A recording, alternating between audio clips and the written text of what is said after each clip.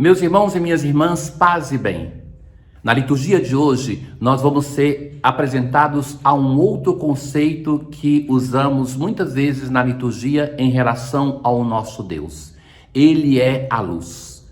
A luz é tão importante na nossa vida que quando alguém nasce, está sendo dado a luz. É a luz que faz com que tudo ao nosso redor exista. A liturgia de hoje, de diversos modos, vai apresentar o nosso Deus e o Senhor Jesus como a luz que dá sentido à nossa existência. Ouçamos. Na antífona da entrada de hoje, o Senhor descerá com esplendor para visitar o seu povo na paz e fazê-lo viver a vida eterna. O Senhor descerá com esplendor. O esplendor é a luz que é intensa. É assim que Deus se aproxima da sua humanidade. Sempre a primeira leitura nessa primeira parte do Advento é do profeta Isaías, que determina todo o tema da liturgia. Assim fala o Senhor: dentro de pouco tempo não se transformará o Líbano em jardim? O Líbano que é sempre admirado, invejado pelo povo de Israel por causa dos belíssimos cedros do Líbano. Uma coisa é interessante sobre a história dessas árvores. No Líbano, aquelas árvores de cedro que são milenares, mais robustas, mais belas, são aquelas que estão no alto das montanhas, que foram golpeadas por raios e brotaram, e foram resistindo e se fortificando.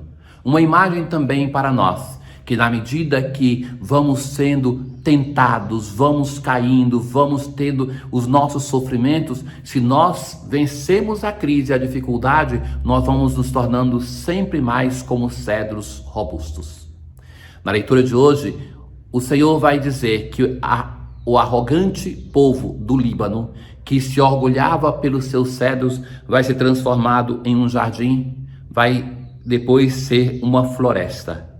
Naquele dia, 2 sinais serão anunciados realizados, para ver que esta mudança está acontecendo. Os surdos ouvirão a palavra do livro, a palavra de Deus, o livro que é a palavra de Deus. Os olhos dos cegos verão no meio das trevas e das sombras. Os surdos ouvirão, os cegos verão. Os humildes aumentarão de alegria.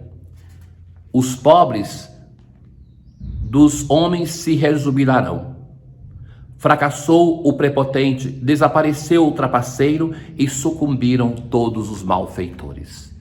Então o Senhor anuncia uma grande transformação, que começa com aquela do Líbano, que vai sendo transformado, e enquanto isso, Israel também, a insignificante terra de Israel, vai dando sinal de uma vida nova, e que começa com os surdos que ouvem e os cegos que veem.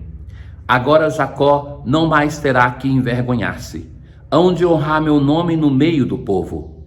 Os homens de espírito inconstante conseguirão sabedoria, e os maldizentes concordarão em aprender. Tudo isso porque o Senhor, que é a nossa luz, vai fazer uma mudança e vai fazer com que Israel, que se envergonhava porque era uma terra deserta, seja transformado. E aquela nação que provocava inveja e que humilhava Israel vai perder parte daquilo que tem, porque o Senhor é aquele que faz justiça para com o seu povo. Veja, meus caros, que o profeta anuncia um tempo de luz e de resplendor.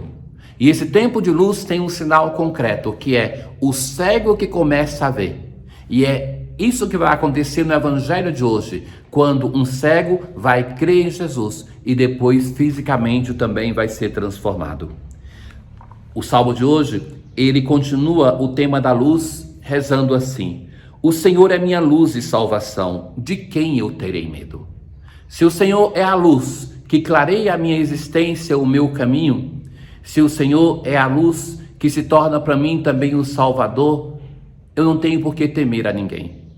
A luz, ela nos dá a possibilidade de perceber quem somos e aquilo que está ao nosso redor. O Senhor é a proteção da minha vida. Ao Senhor eu peço apenas uma coisa: habitar no santuário do Senhor por toda a minha vida. Habitar para o salmista em Jerusalém, na casa do Senhor. Para nós, esse santuário do Senhor é a sua igreja. É isso que deve ser a nossa oração. Ao Senhor eu peço apenas uma coisa: habitar no santuário do Senhor. Espera no Senhor e tem coragem. Espera no Senhor. Na aclamação ao Evangelho de hoje, eis que virá o nosso Deus com poder e majestade, e ele há de iluminar os olhos dos seus servos. De novo, o tema da luz, da iluminação. Ele vai iluminar os olhos dos seus servos. Jesus parte e então 2 cegos começam a gritar: tem piedade de nós, filhos de Davi. É uma oração de súplica. Tem piedade, mas atribui a Jesus um título messiânico. Reconhece em Jesus o descendente da casa de Davi. Veja que neste grito dos cegos, nós vemos a humanidade sofredora que clama. É um grito de uma oração que manifesta o desejo de sair de uma situação de sofrimento.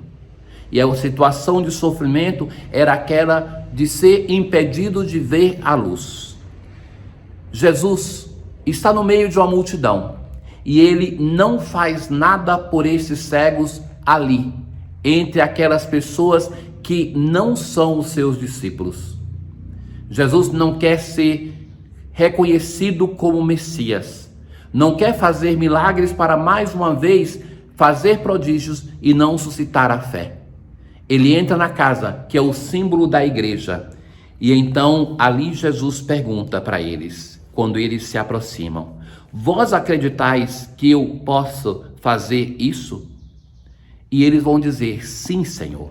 Ou seja, vocês têm fé de que eu possa fazer alguma coisa por vocês, que é curar a vossa cegueira? Mas a cegueira aqui não é somente a cegueira física. É que nós muitas vezes temos cegueiras que nos impedem de crer verdadeiramente. Isso Jesus vai desenvolver muito no 4º evangelho, naquele episódio da cura do cego de nascença. E agora, então, Jesus tocou nos olhos deles. Para crer no Senhor Jesus, nós precisamos ter um contato com o seu corpo. Para eles era o corpo do Senhor encarnado, do Senhor Jesus que estava aqui. Para nós, que não precisamos mais desse corpo físico de Jesus, é a sua igreja. Nós precisamos ser tocados pela igreja. Nós precisamos tocar a igreja. Nós precisamos tocar o Senhor que se faz presente nos sofredores, nos pobres. Nós precisamos ser tocados por eles. O Senhor Jesus toca e vai dizer: faça-se conforme a vossa fé. Eles foram interrogados, como no batismo também os pais e padrinhos são interrogados se creem. E depois então o Senhor cura, evocando a fé. Assim como no batismo, a criança que é batizada depois que os seus pais e padrinhos professam que creem. E Jesus vai recomendar: tomai cuidado para que ninguém fique sabendo. É a disciplina do arcano. Quem não é membro da comunidade, por isso que Jesus cura esses 2 cegos dentro da casa, dentro da igreja. Quem não é iniciado na fé não consegue entender aquilo que está acontecendo. E por esse motivo, Jesus impõe para eles um silêncio, um segredo. Mas eles não conseguem calar tudo aquilo que viram e ouviram. E saem então espalhando a fama de Jesus.